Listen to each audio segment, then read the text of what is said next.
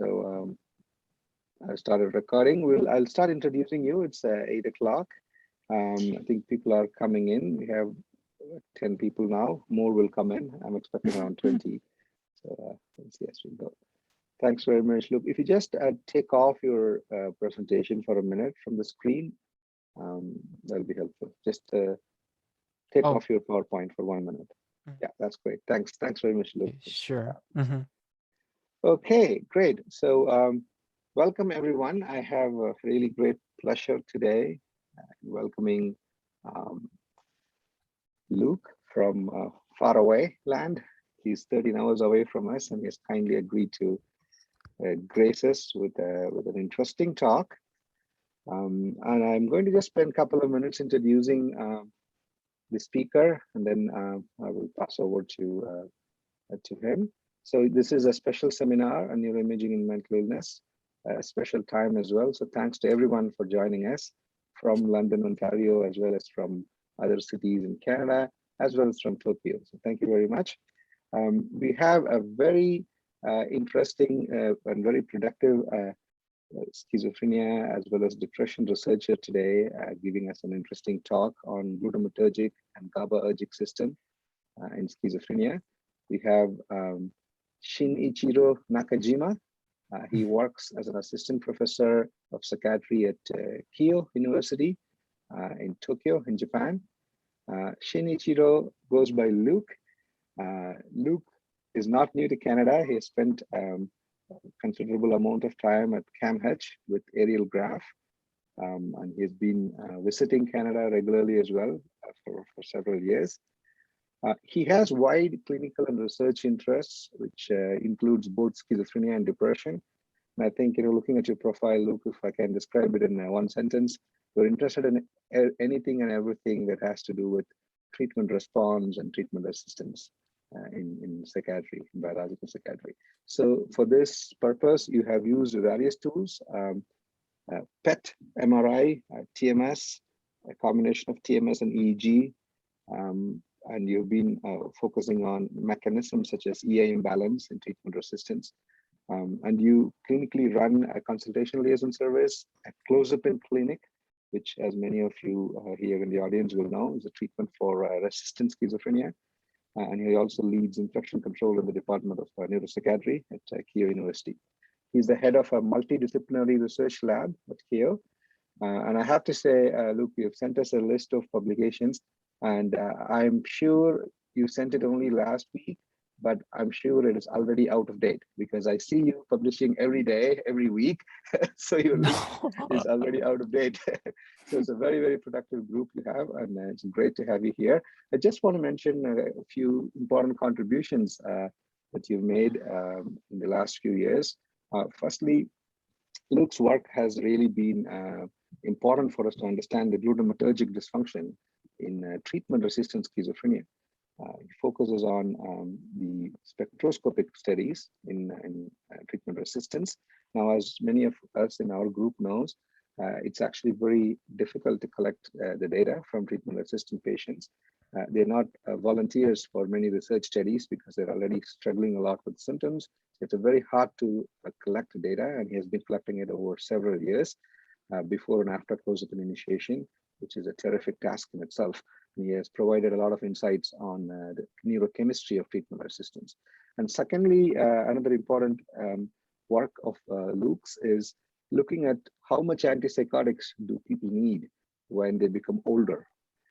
It's a very common practice that all of us have this aphorism in clinical practice. We say the dose that gets you better is the dose that keeps you better. So we try to keep patients on the same dose for a long period of time. But Luke's work has really highlighted that older patients actually have better response even at lower doses. So he has done PET studies in older patients with schizophrenia, and he has shown that we can go lower in our usual maintenance doses and still keep these patients very well. And this is a very important, clinically useful biological insight. And he's also been working on treatment resistance in depression. And I think your TMS clinic largely serves a depressed population. And as you know, we often keep people on many, many months on the same antidepressant with the hope that it will work the longer that people take it. But Luke's work has shown that that kind of practice may not be really needed, because if a patient is not going to respond to a treatment, he or she is not going to respond however long you keep them on it. So it's better to swap it earlier, and then establish this criteria of treatment resistance earlier and reduce the suffering earlier for these patients. These are all very critical examples of how biological psychiatry can be clinically meaningful and useful.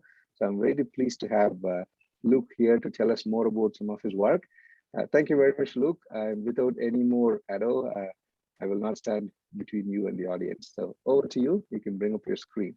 And because we are recording this session, I would greatly appreciate if people switch off their videos so that the bandwidth issues are not there.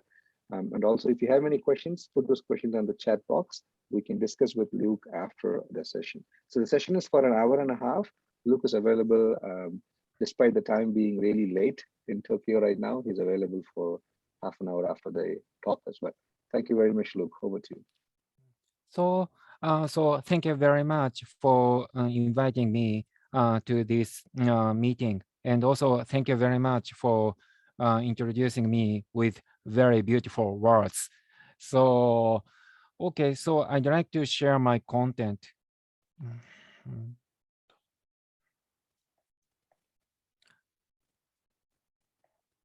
So can you see my presentation? Yes. Okay, sure. Okay.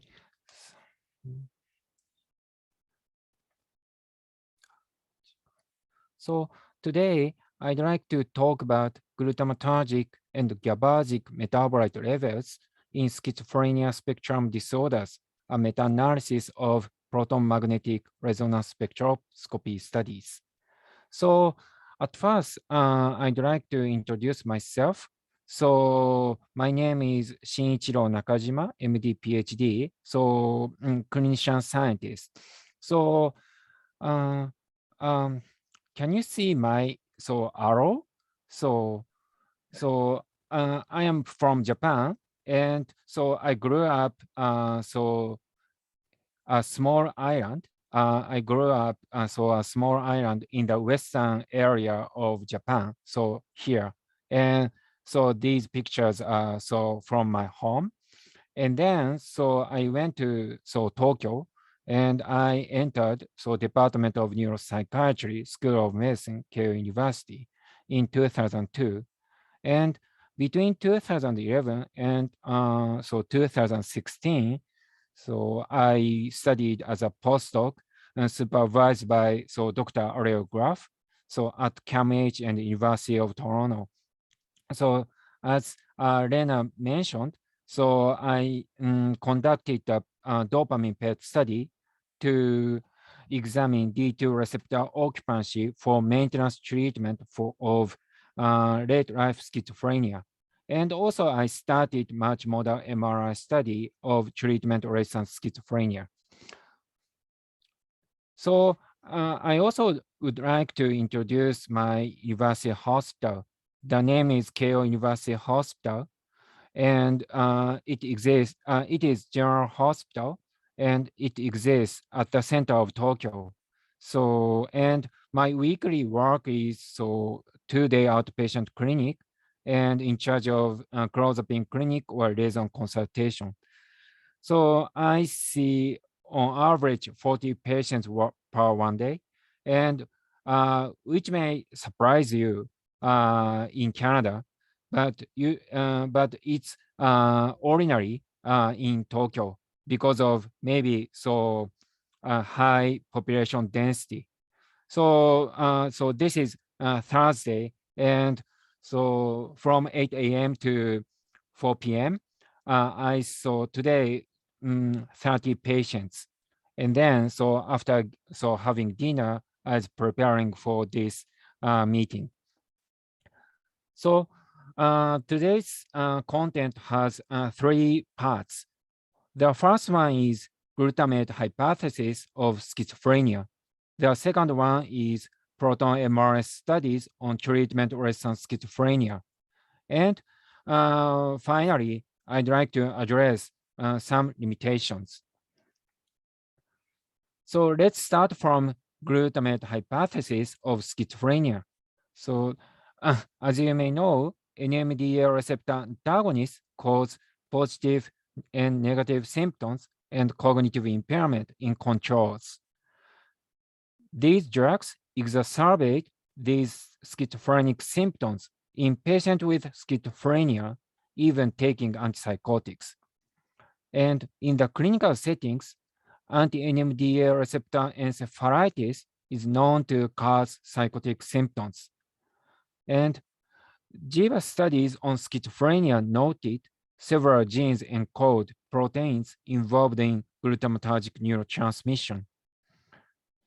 Glutamatergic negative modulators improve psychotic symptoms caused by NMDA receptor antagonists.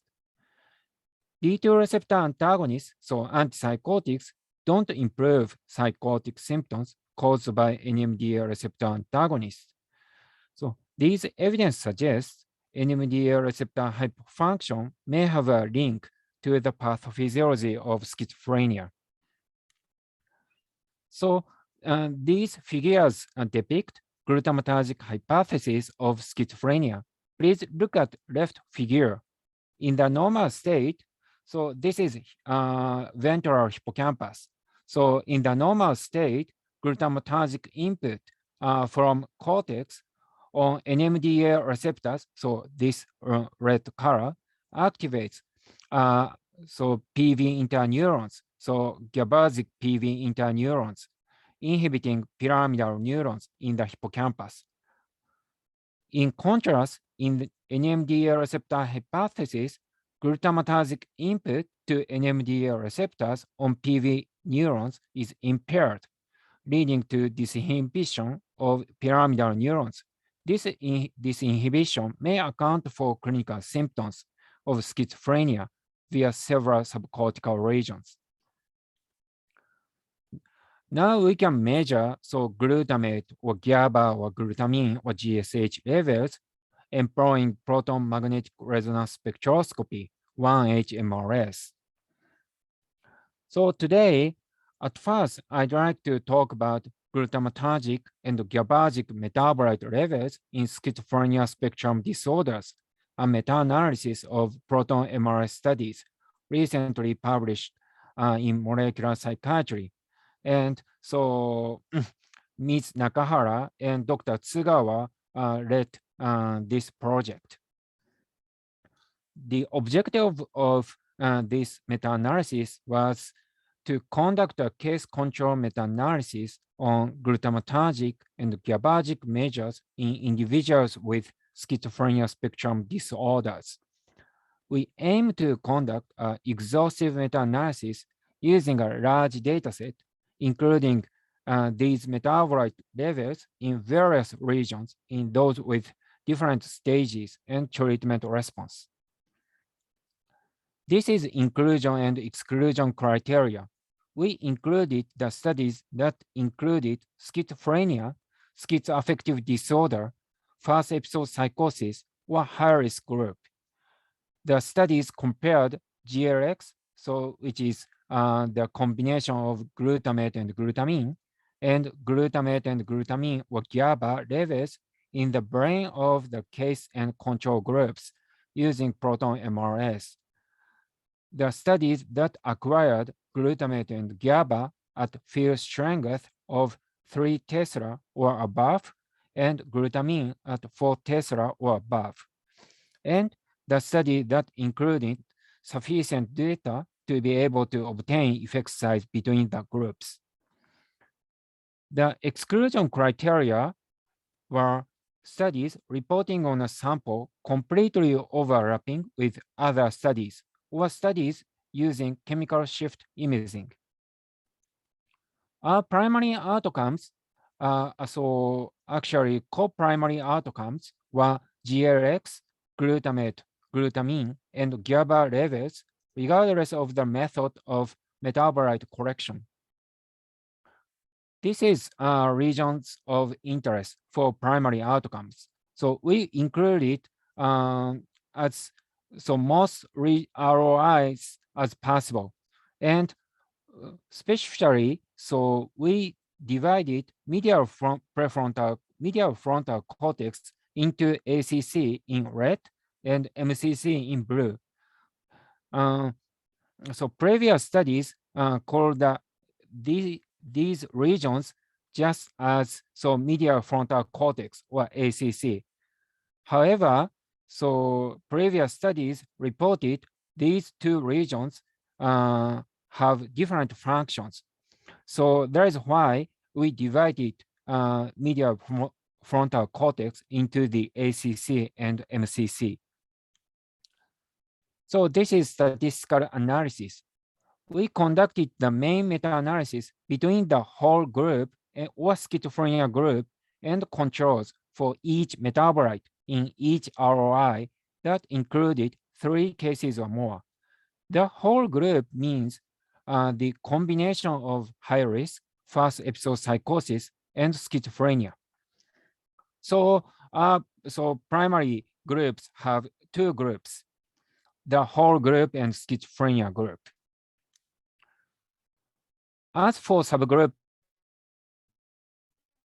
analysis, we looked at, for example, medication status. So we compared unmedicated group or medicated group, or we looked at illness stage. So high risk first episode psychosis or patient group, which includes first episode psychosis and schizophrenia. And of course, my interest is treatment resistance. So treatment resistant schizophrenia or patient group except for TRS cases. So I'd like to move on to results. So this is the characteristics of included studies. We included 134 studies and 8,000 patients with schizophrenia spectrum disorders and 9,000 healthy controls. We included 84 GRX studies, 68 glutamate studies, 11.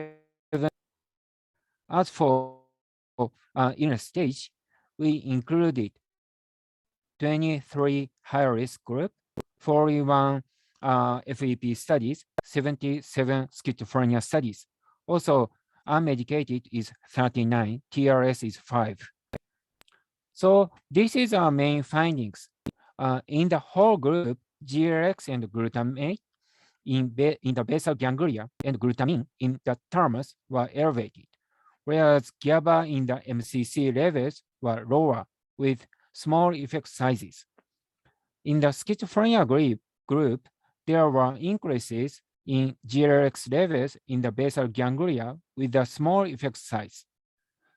Unmedicated patients had decreased GABA levels in the MCC and elevated GRX levels in the basal ganglia, hippocampus, and DLPFC with small effect sizes. TRS group had elevated GRX and glutamate levels in the MCC with medium effect sizes, and glutamate levels in the MCC were decreased in the patient group except for TRS with a very small effect size. Today, among various findings, I'd like to focus on 3 points, including GRX and glutamate levels in the basal ganglia, GABA levels in the MCC, and GRX and glutamate levels in the MCC. So I'd like to start from GRX levels in the basal ganglia. So please look at primary groups, namely all cases and schizophrenia. So we found GRX levels in the basal ganglia increase in the all cases in comparison with controls with a small effect size. Also, in schizophrenia group, we also found GRX levels in the basal ganglia increase with a small effect size. In addition, in the patient group and first episode psychosis group and unmedicated patient group, we also found GRX levels in the basal ganglia increase from small effect size to moderate effect size. These findings suggest glutamatergic metabolite levels in the basal ganglia may be one of the traits related to the pathophysiology of schizophrenia spectrum disorders. So this is same table, but please focus on illness cause and the changes in the effect size. Unmedicated patients and first episode psychosis patients have increased basal ganglia GLX levels with a moderate size. On the other hand, in the patient group or in the schizophrenia group, the GLX, so effect size of basal ganglia GLX was small. In the meta-regression analysis, effect size of glutamate levels in the basal ganglia were negatively associated with age, duration of illness, and proportion of medicated patients. Therefore, these findings suggest higher glutamate and GLX levels of basal ganglia likely exist in patients with schizophrenia even before the onset of psychosis, and antipsychotics or illness cause may normalize those levels. So let's go to GABA levels in the MCC. So please look at the whole group. We found in the whole group, GABA levels are lower in the MCC in comparison with controls with a small effect size. And please look at first episode psychosis and high risk group.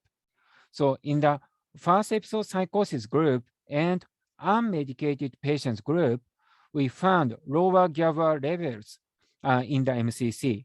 On the other hand, we didn't find any significant differences in high risk group and control group. These findings suggest GABA levels in the MCC may decrease with the onset of psychosis. And these GABA reduction may possibly be associated with the pathophysiology of schizophrenia spectrum disorders. So let's go to GLX and glutamate levels in the MCC. So TRS group had higher GLX and glutamate levels in the MCC with medium effect sizes. In contrast, patient group, excluding TRS group, showed MCC glutamate levels were decreased with a very small effect size. So these findings suggest patients with schizophrenia generally have lower glutamate levels in the MCC. On the other hand, a subgroup of TRS may have higher glutamatergic metabolite levels in the MCC, which may contribute to the treatment resistance to antipsychotics. I'd like to explain each of these studies. So each of these studies, so examining patients with TRS later during this presentation. So this is a summary of results. So in the basal ganglia, GLX and glutamate levels are increased and may normalize with antipsychotic treatment or illness cause. So these elevations of glutamatergic metabolite levels may be trait of schizophrenia spectrum disorders. On the other hand, in the mid-cingulate cortex, GABA levels are decreased. Also, glutamate levels are decreased. So supporting glutamate hypothesis, and so decrease of GABA levels may be related to onset of schizophrenia. On the other hand, in patients with TRS, glutamatergic metabolite levels were increased, and so which may contribute to treatment resistance to antipsychotics. So I'd like to move on to proton MR studies on treatment-resistant schizophrenia. In clinical settings, 30% of patients don't respond to antipsychotics, defined as treatment-resistant schizophrenia, TRS. Importantly, most patients with TRS don't respond to first-line antipsychotics. So there is non-clozapine antipsychotics, even from illness onset. So most means between 70 to 84%. We also examined, so we also found in a clozapine sample, 52% was clozapine resistant, where 84% didn't respond to clozapine from an early phase. These findings suggest TRS may belong to a distinct category of schizophrenia. In 2015, so I conducted a systematic review on neuroimaging correlates of TRS. We found 25 neuroimaging studies on TRS or effects of clozapine. However, we only found 5 studies directly compared TRS and non-TRS. As a result, we found no replicated neuroimaging findings specific to TRS or autoresistant schizophrenia. So there is clozapine non-responsive TRS. Therefore, further research is needed to examine glutamatergic dysfunction in patients with TRS. So as you may know, the most replicated finding of schizophrenia is elevated presynaptic dopamine function, according to mounting dopamine PET studies. So presynaptic dopamine function consists of dopamine synthesis capacity, dopamine release capacity, and D2 receptor occupancy by dopamine. So these presynaptic dopamine functions are elevated in patients with schizophrenia in comparison with controls with medium to large effect sizes. We recently examined, examined neuromelanin levels in the substance Niagara of patients with schizophrenia. This is a result of meta-analysis. The reason why we are interested in neuromelanin is that neuromelanin is a biomarker for midbrain dopamine neuron function. So presynaptic dopamine function is increased in the striatum, and so dopamine neuron project from substance Niagara or ventral tegmental area in the midbrain into the striatum. That is why we are interested in dopamine function in the origin. So it remains unclear if neuromelanin levels in the substance Niagara may be increased in schizophrenia or not.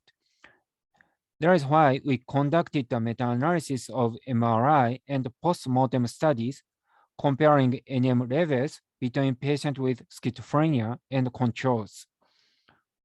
5 studies employed NM-sensitive MRI and 2 were post-mortem brain studies. We found the patient group showed higher NM levels in the substance Niagara than control group with moderate effect sizes, which is consistent with elevated presynaptic dopamine function reported by lots of PET studies. So this meta-analysis was conducted by Dr. Ueno, studying in CAMH now. So this is a summary figure of key neurobiological basis of schizophrenia. Starting from MRS studies, GABA levels, glutamate levels in the basal ganglia increase in patients with schizophrenia. Also, GABA levels are decreased in patients with schizophrenia in the MCC. And glutamate levels are also decreased in patients with schizophrenia, excluding TRS in MCC. And presynaptic dopamine function is elevated in the dorsal striatum according to PET studies. And as I mentioned, neuromelanin MRI studies reported NM, so dopamine function, so NM neuromelanin levels also increase with a moderate effect size in the substance Niagara. So as for treatment-resistant schizophrenia, there are several studies to examine dopamine synthesis capacity in patients with schizophrenia employing dopamine PET. Please look at left figure.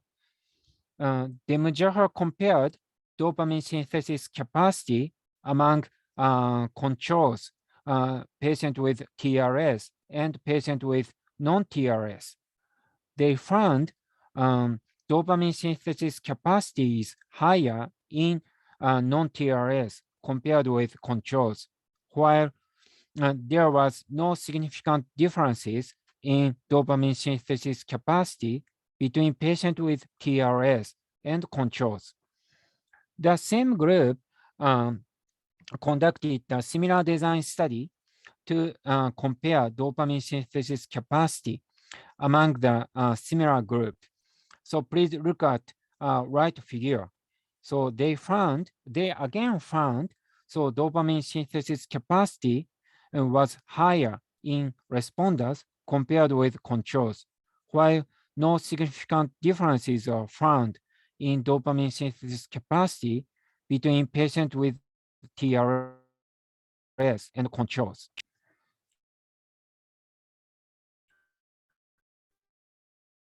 Is lower in patients with TRS than non-TRS after antipsychotic treatment. In addition, Dr. Kim examined dopamine synthesis capacity in clozapine responders, first-line antipsychotic, so non-clozapine responders and controls. They found dopamine synthesis capacity is lower in clozapine responders compared with non-clozapine responders and control group. So this is consistent with the previous studies I mentioned in the previous figure. This is an interim analysis of our own study.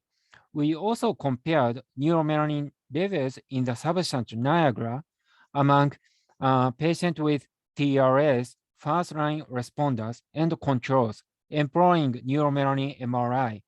This study is conducted by Dr. Ueno and Dr. Cassidy and Dr. Honda. And please look at red lines. So as you see, neuromelanin levels in the substance Niagara are higher in responders compared with controls. However, there was no significant differences in neuromelanin concentration in the substance Niagara between TRS and controls, which is also consistent with dopamine PET studies focusing on TRS. So let's look at prospective studies to longitudinally examine the relationship between dopamine synthesis capacity at baseline and antipsychotic treatment response in patients with schizophrenia. Please look at left figure. Jaffa examined the relationship between dopamine synthesis capacity at baseline and antipsychotic treatment response in patients with schizophrenia. They found antipsychotic responders had higher dopamine synthesis capacity at baseline compared with non-responders or controls. Another study conducted by Dr. Egerton found no significant differences in baseline dopamine synthesis capacity between responders and non-responders. And a most recent study published by Dr. Sigvard found significant relationship between dopamine synthesis capacity at baseline and treatment response at 6 weeks, but they found no associations between dopamine synthesis capacity and treatment response at 6 months. These figures are same one I showed several minutes ago, but please look at responders specifically. So if you focus on responder, the relationship between dopamine synthesis capacity and responders, you found dopamine synthesis capacity is higher in responders compared with controls in one study, and another study found no significant differences between responders and controls, and the other study found responders had lower dopamine synthesis capacity compared with controls. Therefore, I don't think only dopamine synthesis capacity can account for the relationship between cannot account for antipsychotic treatment response in patients with schizophrenia. So let's move on to glutamate levels in the ACC in patients with treatment-resistant schizophrenia. Deminger compared ACC glutamate levels among controls, treatment responders, and patients with TRS. They found ACC glutamate levels were elevated in patients with TRS compared with controls. The same group conducted a similar design study and found ACC glutamate levels were higher in patients with TRS than responders. On the other hand, the other group, Dr. Goldstein groups, found no significant findings on the relationship between clozapine response and ACC glutamate levels. Therefore, it remains unclear whether ACC glutamate levels may be related to antipsychotic treatment response. So, these are limitations of previous studies on proton MRI studies for treatment-resistant schizophrenia. The first one is clinical severity of TRS ranged from mild to moderate, which doesn't reflect the clinical picture of patients with TRS. In addition, no study examined MCC glutamatergic metabolite levels in patients with TRS. As I mentioned about our meta-analysis study, we found MCC glutamate levels were lower in patients with schizophrenia, while there were no significant differences in glutamatergic metabolite levels in the ACC between patients with schizophrenia and controls. So this is a figure of MCC and ACC.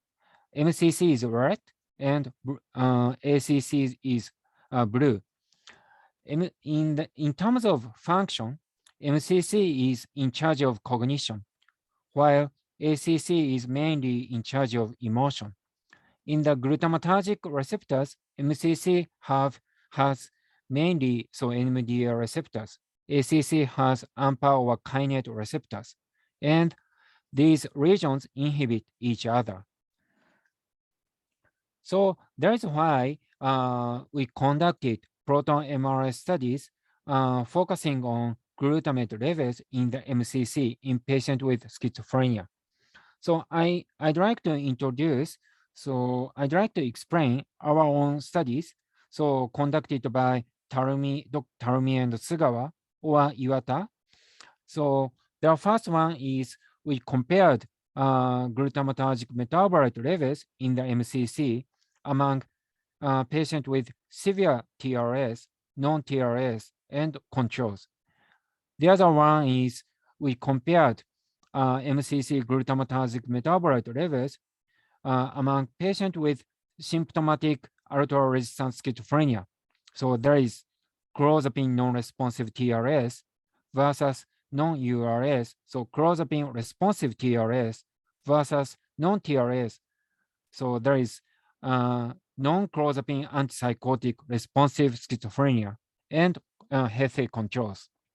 So let's start from glutamatergic dysfunction in severe TRS.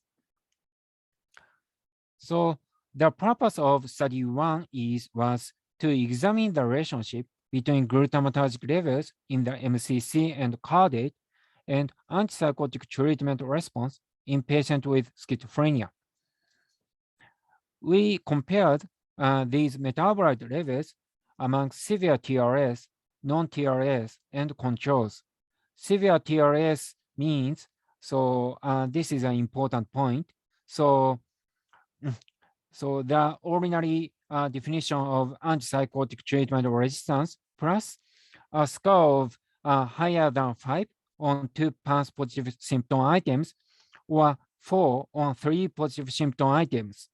So as you see, it was very difficult for us to recruit such very severe patients, but thanks to the effort of Dr.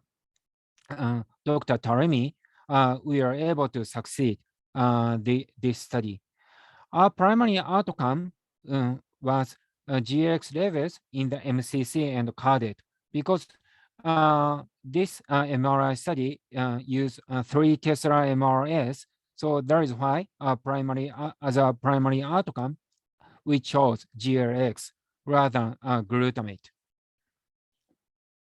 So we included 95 participants consisting of 29 patients with TRS, 33 patients with non-TRS, and 33 controls. As you see in this figure, GLX levels in the MCC were higher in patients with TRS than controls, while no significant differences were found between TRS and non-TRS. We also found no group differences in the caudate GLX levels between the groups. So this is a summary of the first study.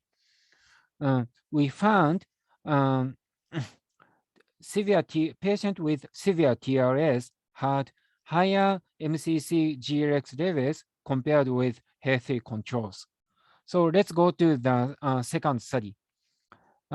So Dr. Iwata, so Yusuke and I conducted this study supervised by Dr. Ariel Graf in CAMH in Toronto.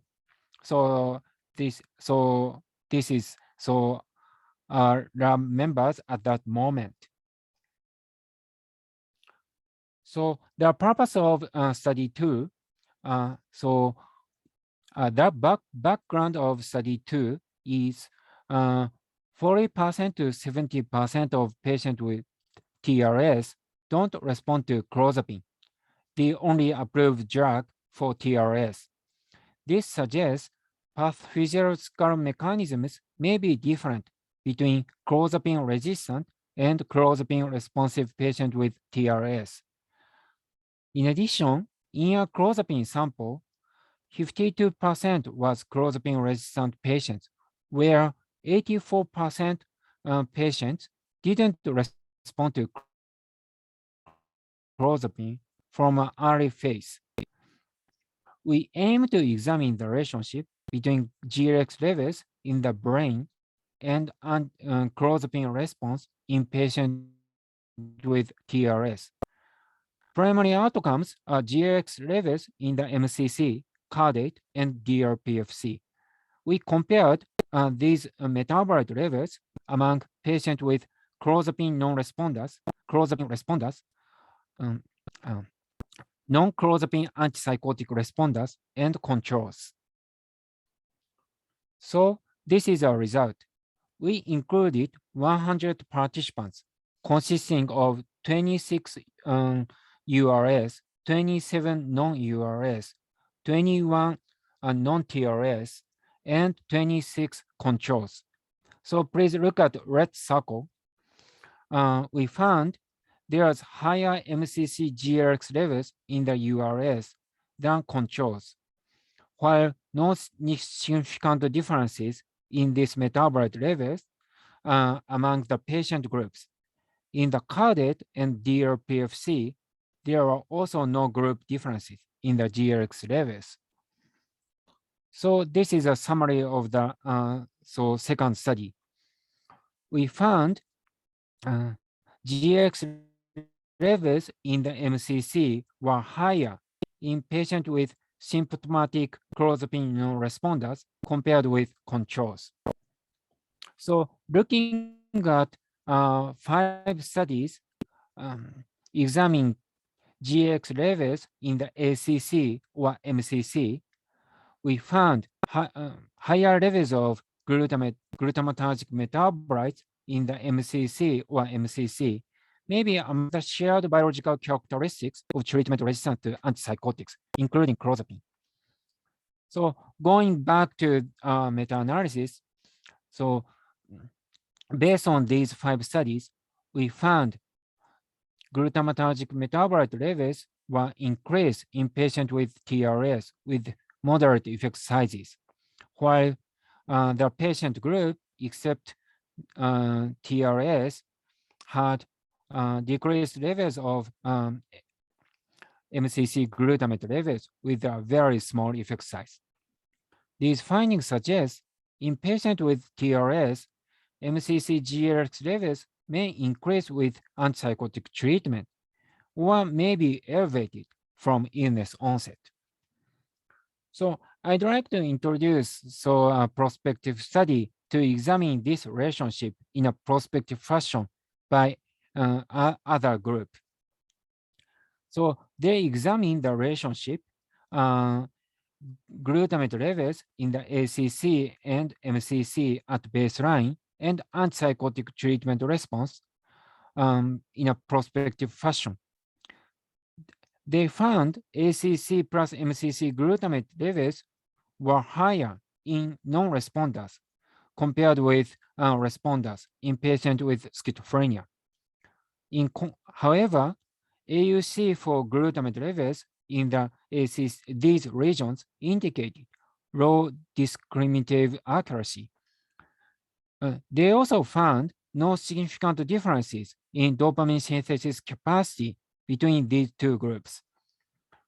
These findings suggest only dopamine or glutamate levels in the ACC or MCC cannot account for treatment response to antipsychotics in patients with schizophrenia. So I'd like to refer to the interim analysis of MCC GABA study in and antipsychotic treatment response to clozapine levels in treatment-resistant schizophrenia. As I mentioned, in general, GABA levels are decreased in the MCC of patients with schizophrenia. In addition, the mechanism of action of clozapine is related to GABA system, mainly via GABA-B receptors. We included 100 participants consisting of 21 clozapine responders, 22 clozapine non-responders, 15 non-clozapine responders, and 33 controls. This study was stopped due to COVID-19. So now we restarted recruitment after about 2 years cessation. So based on our interim analysis, we found there's higher MCC GABA level in clozapine non-responders compared with control. GRX and GABA ratio as an index of EI imbalance were not different among the groups. So before wrapping my talk, I'd like to address limitations. So limitations of conventional approach, including our studies. Previous studies, including ours, analyzed univariate correlations of clinical and biological variables within the same disease, or compared biological variables between groups. They fail to address heterogeneity and comorbidity in psychiatric disorders. So statistical differences in conventional approach don't lead to the elucidation of the pathophysiology or the reconstruction of diagnosis. So these figures from our studies, although we found significant differences in metabolite levels of the brain among the groups, only glutamate or dopamine may not be able to account for the treatment response, as I mentioned. So one biological variable cannot define each psychiatric disease or treatment response, like CRP or X-ray in the clinical settings. So I'd like to briefly talk about treatment limitations. Psychiatric disorders are common globally, reaching 15%. Unfortunately, about half of the patients show poor response to current treatment, which is my motivation. In addition, few treatment options exist for specific symptoms, for example, suicidality or cognitive impairment. However, pharmaceutical companies withdrew from development due to a series of failures in clinical trials. Therefore, psychiatric research should address the heterogeneity and comorbidity of psychiatric disorders. So what is clinical heterogeneity? Clinicians make diagnosis of psychiatric disorders by clinical interview with patients. As a result, in definition, the same diagnoses have different presentations. Clinical heterogeneity also exists in treatment response. 1/3 of patients don't respond to psychotropics. For example, so dopamine antagonists or partial agonists for schizophrenia, or SSRI or SNRI for depression. Interestingly, most of the treatment are monoaminergic. Therefore, I assume treatment response may be related to the pathophysiology of psychiatric disorders. So what is biological heterogeneity? Please look at this figure. X-axis is dopamine synthesis capacity in the striatum. Y-axis is glutamate levels in the MCC. And red line is schizophrenia. And blue line is controls. So please look at this area. Dopamine is high and glutamate is low. So maybe represent treatment responders. And please look at this area. Dopamine is low and glutamate is high. So which may represent treatment non-responders. In contrast, in this area, there are lots of overlap between schizophrenia and controls. Therefore, repeatedly, only dopamine or glutamate may not account for the pathophysiology of schizophrenia. Biological heterogeneity also exists in brain volumes. As you see in the upper figure, in blue, in general, brain volumes are reduced in wide areas of patients with schizophrenia. But as you see in the middle figure, there are only a few areas where brain volumes are consistently reduced within patients with schizophrenia. On the other hand, clinical match morbidity is very common. Higher than 70% have comorbid disorders. Please look at orange bar showing third disorders, including schizophrenia. So patient with third disorders, so higher than 98% have other comorbid disorder outside third disorder family. Over 80% of people who experience one psychiatric disorder experience at least one other psychiatric disorder in 10 years. Clinical match morbidity also exists in the treatment modality. The same treatments are effective to different disorders. For example, antipsychotics are effective to schizophrenia and bipolar disorder. They are effective to depression with a small dose. There is also substantial genetic overlap between bipolar disorder and schizophrenia or anorexia nervosa and OCD. So these are hypotheses of our study project. The first one is clinical heterogeneity represents the possibility the same diagnosis may indicate different pathophysiologies. The second one is multimorbidity represents the possibility the same pathophysiology may be implicated for different diagnoses. The final one may be my delusion. So treatment response may be associated with the heterogeneity and comorbidity. In an imbalance may be related to the pathophysiology underpinning treatment resistance.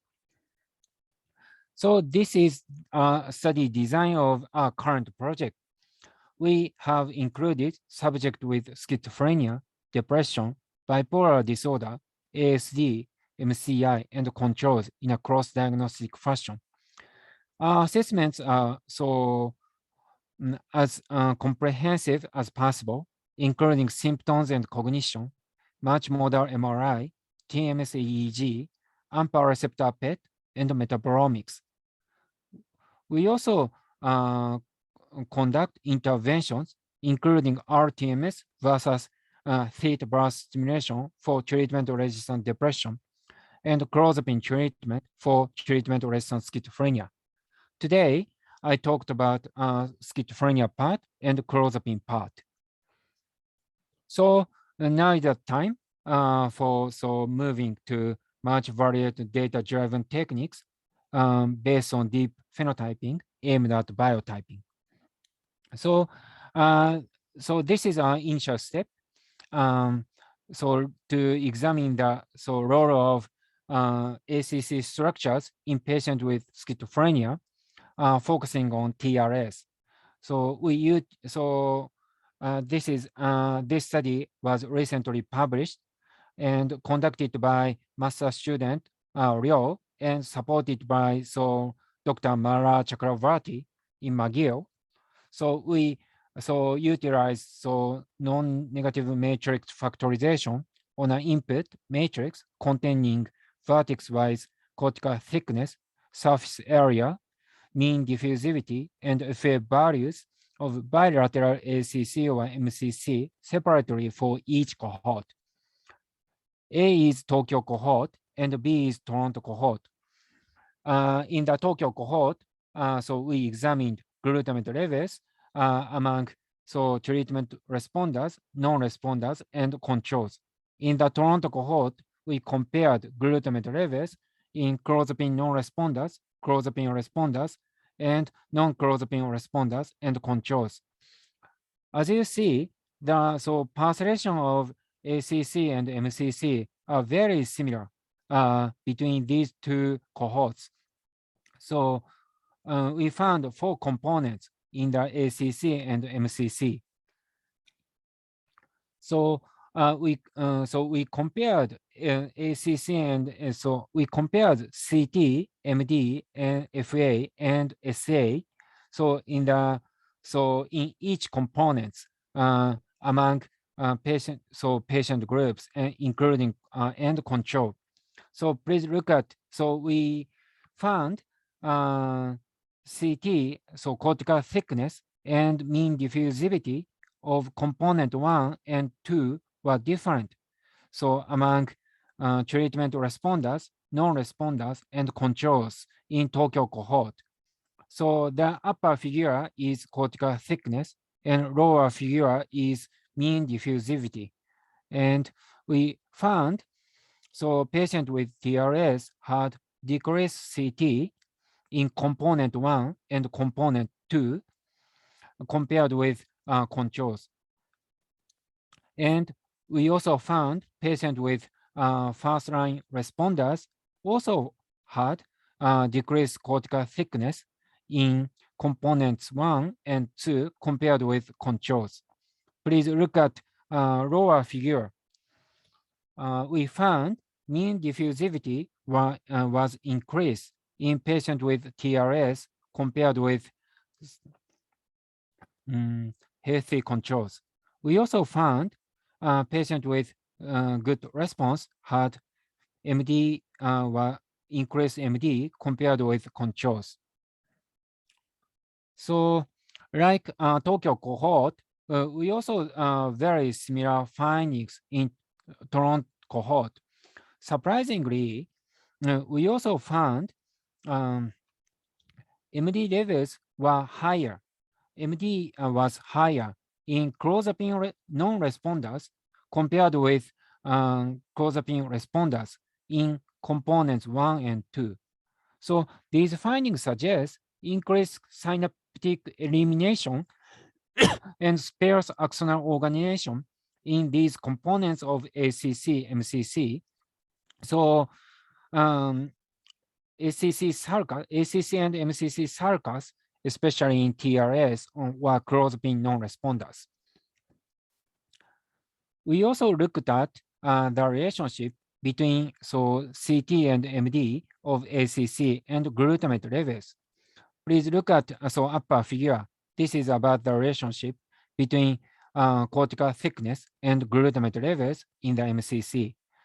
We found negative relationship between them in patients with schizophrenia. Please look at lower figure. This is about the relationship between MD and glutamate levels.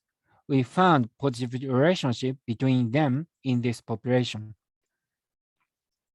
So these findings suggest glutamatergic dysfunction may lead to structural alteration in inhibitory control-related subdivisions of ACC or MCC via excitatory process.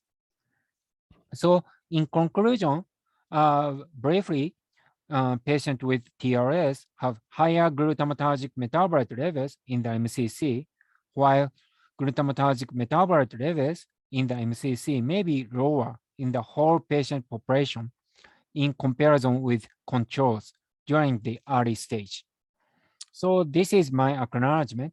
I'd like to say thank you very much to patients and their families who contributed to our study. So from Center for Addiction and Mental Health, I have been mentor, Dr. Ariel Graf Guerrero, and supported by Dr. Brittman and Dr. Carvacho, and schizophrenia master, Professor Remington. And as for neuroimaging part, Dr. Cassidy has supported from University of Ottawa.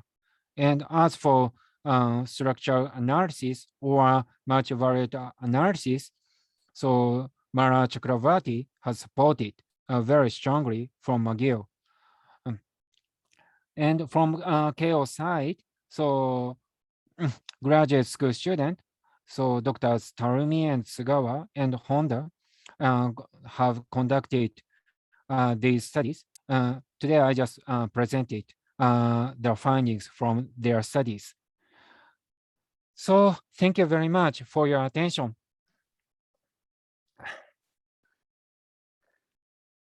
Thank you very much, Luke. This was fantastic. I just want to say, wow, this is a great breadth of work, starting from dopamine, extending to glutamate, GABA, as well as structure, function, as well as spectroscopy. So this is a real treat for all of us. Thank you very much for taking time to present this.